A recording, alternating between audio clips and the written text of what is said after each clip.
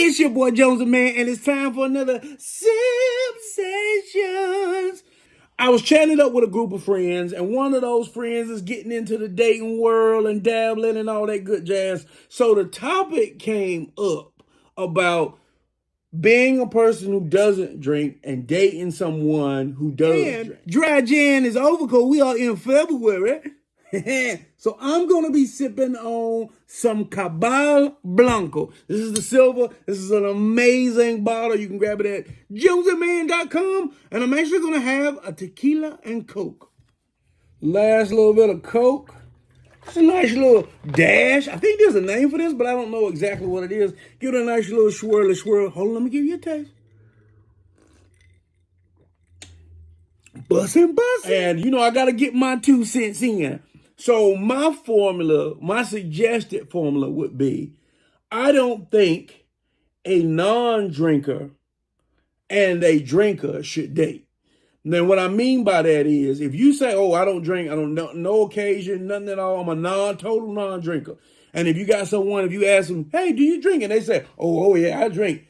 I don't think those two people should date. Because it's just a matter of not drinking is a vibe and drinking is a vibe. And that, to me, they're like on two opposite ends of the spectrum. And I just don't think they'll be able to relate to each other. Now, I will say, if you're someone who doesn't drink, of course, you can date somebody else who doesn't drink, and that could change later on in the relationship.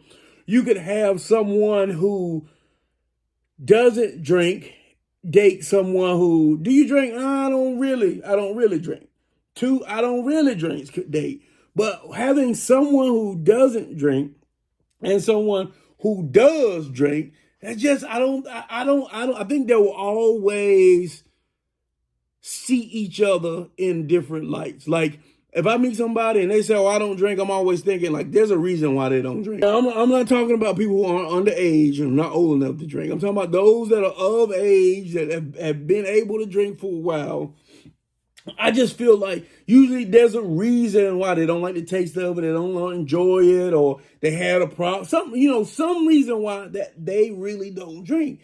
And I think as a result, they're going to always look at that other person as, are you drinking again? That kind of thing. And the vice versa is the person who drinks always is going to feel like, hey, I can't drink, I can't enjoy myself, or I'm always going to be trying to get my, because as a drinker, I like to drink with friends and people. I use this analogy.